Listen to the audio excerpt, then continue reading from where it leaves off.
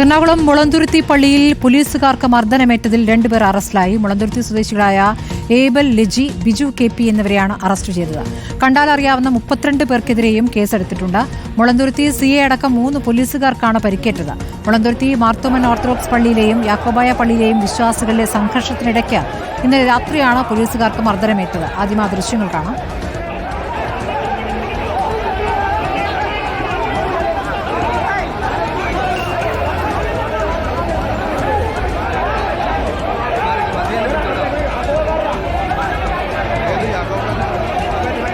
അർജുൻ മട്ടന്നൂർ വിവരങ്ങളുമായി. അർജുൻ, വലിയ രീതിയിലുള്ള സംഘർഷമായിരുന്നു. ഇപ്പോൾ സംഘർഷത്തിൽ 2 പേർക്കെതിരെയാണ് ഇപ്പോൾ കേസ്.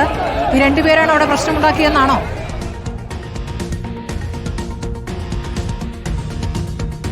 സ്മൃതി, ഈ കണ്ടാലറിയാവുന്ന 32 പേർക്കെതിരെ കേസെടുത്തിട്ടുണ്ട്. ഇതിൽ CA മനീഷ് പൗലോസിന്റെ മുഖത്തടിച്ച ആളെ അടക്കം 2 പേരെയാണ് ഇപ്പോൾ അറസ്റ്റ് ചെയ്തിരിക്കുന്നത്.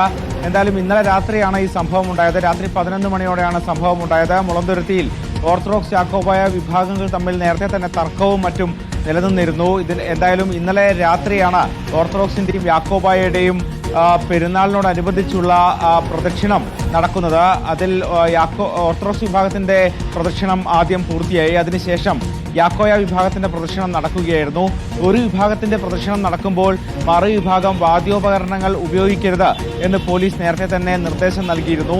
എന്നാൽ ഈ ഓർത്തഡോക്സ് പള്ളിയുടെ മുമ്പിലെത്തിയപ്പോൾ അവിടെ വെച്ച് യാക്കോബായ വിഭാഗത്തിന്റെ പ്രദക്ഷിണം ഓർത്തഡോക്സ് പള്ളിയുടെ മുമ്പിലെത്തിയപ്പോൾ അകത്ത് നിന്നും ഓർത്തഡോക്സ് വിഭാഗക്കാർ വാദ്യോപകരണങ്ങൾ വായിച്ചു എന്നാണ് പോലീസ് പറയുന്നത്. ഇതിന് പിന്നാലെ പോലീസ് ഇത് തടയാൻ ശ്രമിച്ചു. ഇതിന് പിന്നാലെയാണ് പോലീസിന് നേരെ ആക്രമണം ഉണ്ടായത്.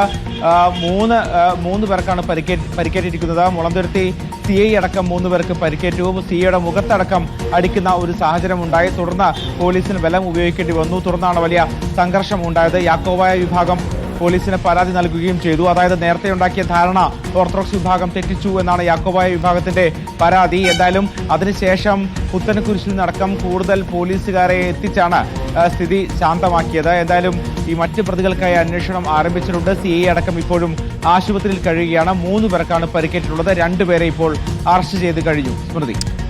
ശരി, അർജുൻ മട്ടന്നൂരാണ് വിവരങ്ങൾ നൽകിയത്.